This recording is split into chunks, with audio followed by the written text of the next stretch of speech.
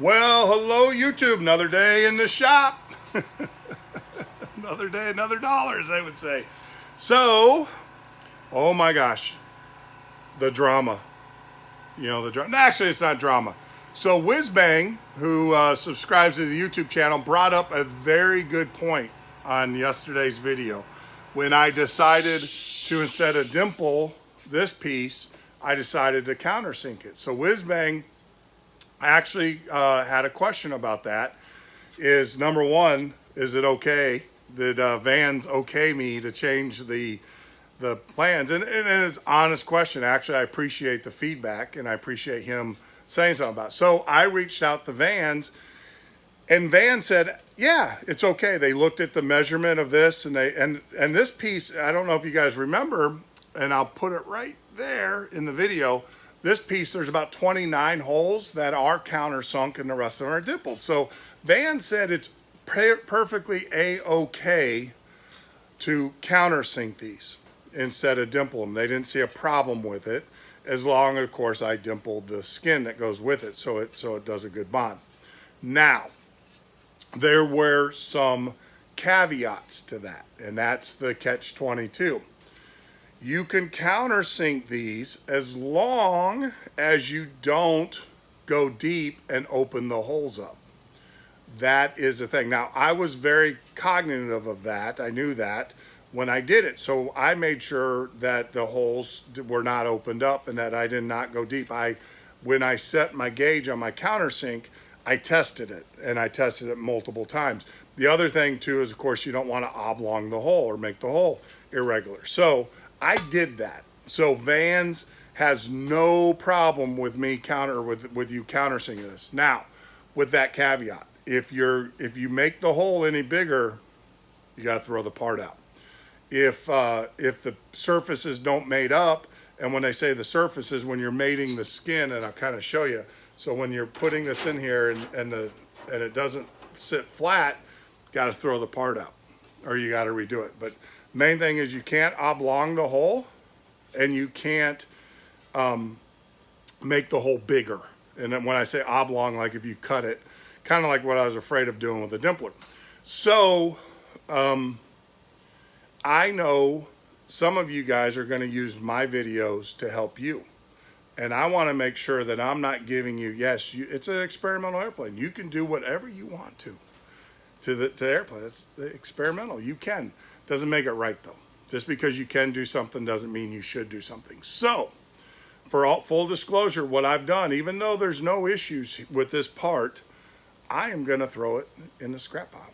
And I've ordered a new one because I want to make sure that I am showing you how to do this correctly and not deviating from the plans as far as the design goes. But like I said, there's nothing wrong with doing this, but in good conscience and stuff, I want to make sure I'm showing you. So the problem still arises is, how do you get the squeezer in between that gap? Because the squeezer, the pneumatic squeezer, will not fit between that gap.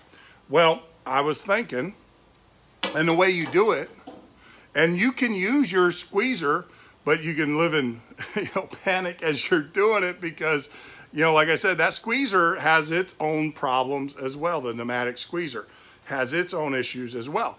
But what you can do, and I completely forgot I had one of these. Well, I didn't forget, I just had a brain thing. I can use my hand squeezer. Now this thing is a monster, but you can get one of these, and you're gonna need a hand squeezer eventually. There's gonna be some things that you just can't get into and everything. So I can use the hand squeezer, and then instead of relying on the pneumatic and trying to feather it, get it just right on the squeezer, as you guys know what I mean when I say feather, and I'll show you. So the concern is, here's the squeezer, and you can feather this, but as you can see, if you miss it, that thing can go right through that part, and it will damage the part, and it will damage, and this is pneumatic, and it will damage the set, and those sets are expensive. But if you do it with a manual squeezer, you got a lot more control. So that's what I'm going to do, and that's what I recommend you do. The new part's on its way. Spoke to Vans once again. Customer service outstanding and everything. And so that part is actually already in the mail, and I should get it before I need to get it before I need to paint anyways. I got a lot of painting to do, prepping for paint. So no worries, you know, so that's the thing. But like I said, if you want, there are 29 holes that you do countersink in this, and that accounts for this piece right here. Remember, I showed you, you got to countersink them to keep them flat. So when you put the piano hinge on there, so you can do that perfectly okay. But like I said, you know, it's just one of those things that I know you're watching these videos. Some of you are going to take what I show you, and you're going to probably do it. Thank you ahead of time. And you know, I don't want you to screw up. And so the best way to make sure you don't screw up is show you how Vans wants you to do it. Stop deviating from the plan. You know, I'll tell you, I don't even know why I even thought about deviating, because they have not steered me wrong yet. But yeah, so that's one of the things that we're going to do. So today is a whole lot of rinse and repeat. I have to deburr all of the parts.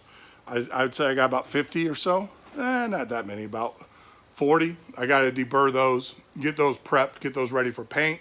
Since I've got the extra time, I will go ahead and tape off the skins and everything, because I can't assemble there. I can assemble a lot of it without this spar, but there's going to be a point where I'm going to need it. And like I said, with the holidays, it probably won't be here until next week anyways. So I've got time. I've got plenty of time, and I got plenty of work to do. So without that, as you guys already know, this plane's not going to build itself, so I got to get to work. All right, there you go. One panel taped up. Wasn't too hard of a work, like I said. Unlike this one here where I got the primer on the skin, I made sure I taped this up so I wouldn't, and then taped all the others, as you can see. Now the secret is that when you guys prime this, if you're doing like what I'm doing, after you spray it, before it dries, take your tape off. Don't let it dry with the tape, because the tape will actually pull your primer off, especially if you don't let it cure for a couple weeks. So the secret there is after you prime, go ahead and pull your tape off once you're done priming, you know, and before it actually dries all the way up. So there you go, one skin taped up, ready to be primed. I still got to scratch it up, and I'll do that here in a little bit, but I'll do that all with the other operations as I do it. So one down, I've got one more skin to do. All right, there you go. Skin number 2 is all taped up and ready to be Scotch brighted, and then get it prepped for paint. So it takes about 30 minutes. It wasn't that difficult to do. And I can tell you, if you are painting, or if you're using the tape, get yourself one of these and use this to tear your tape. It will make life a lot easier, and you'll do a lot quicker job and everything. So it's not rocket science. You just got to do it, you know, and that will help out, and keeping the overspray off of parts that you don't want to. So there you go, skin number 2 done.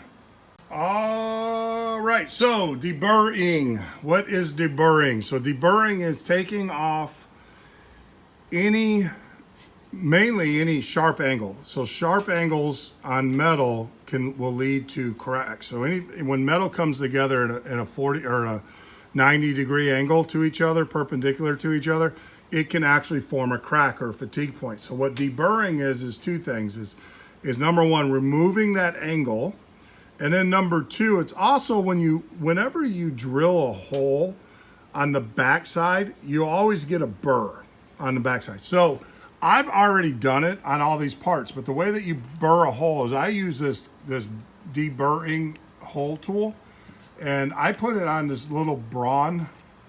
Get this at Harbor Freight, and it works. It's the perfect RPM. You don't want to chamfer the hole. In other words, you don't want to cut the hole out. That's not the goal. You want to remove the chips. And like I said, I've already deburred all of these holes before they were dimpled. It's so much easier to deburr them before you dimple them. So that's rule number 1. So deburr your holes before you dimple them, because if you now try to deburr, you will chamfer that hole. All right, so that's That's how you do the holes. These bigger holes, you use a deburring tool like this, and it's a real simple operation. You just go around it like that, and that will take off that will cut that edge down, and you do it on both sides. The last thing I do, because I'm priming these for paint, is then I'll take my die grinder with a Scotch-Brite pad, and you can see these things are pretty worn, and I make sure that all the parts are then Scotch-Brited, because that will help the SEM, which the SEM is the primer paint that I use. That will help the SEM stick. Even though the SEM is self-etching, you want to give it, grooves and stuff, little micro grooves that it can adhere to. So that's the third part of operation. So all of these parts, like I said, the holes have already been deburred except for these bigger holes, and then these edges. So what I'll do is I'll take this tool and run it down and take off the sharp edge. Wow, that took it out pretty quick just doing that. So that's the nor. So all the pieces that we have, there's about 20 or 30. So each one of those will be done. The other way that you can deburr is using the wheel, which I use that quite a bit, especially on these longer pieces. But to be honest with you, I can probably just do it just as easily by hand than using the tool. So, but I highly recommend those Scotch-Brite wheels on a buffing. So make sure you get a buffing motor, not a grinder motor. If you do get a grinding motor, then make sure it's got a variable speed, because you don't want that thing spinning. You're not trying to change the contour or cut this down. You're not trying to get these sharp. You're actually trying to dull them up, because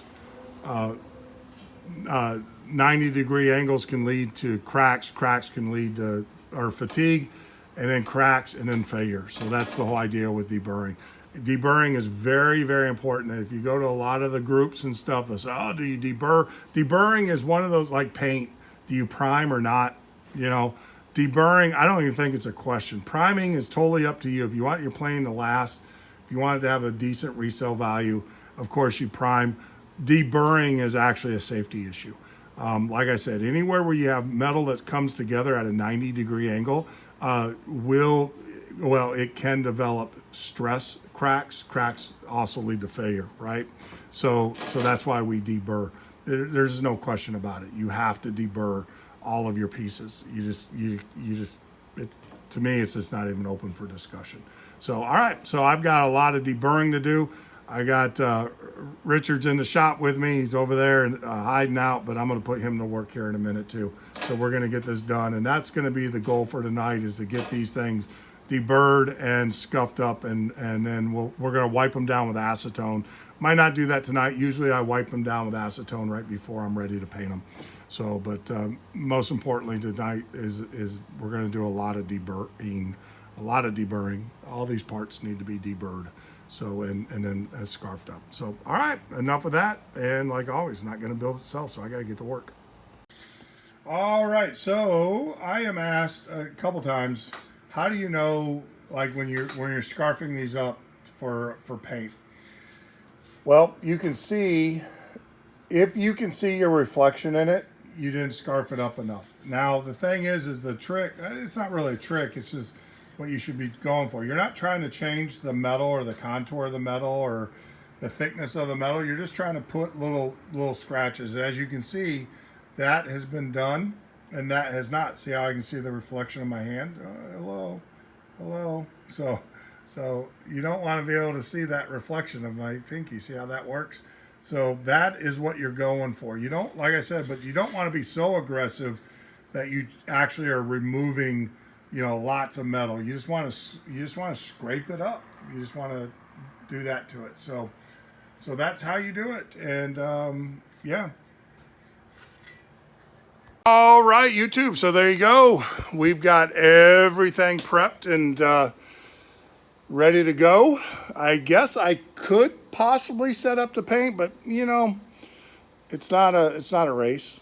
Some people would think it's a race, but it's not a race. So it gives me something to do tomorrow. So tomorrow we'll get in here early.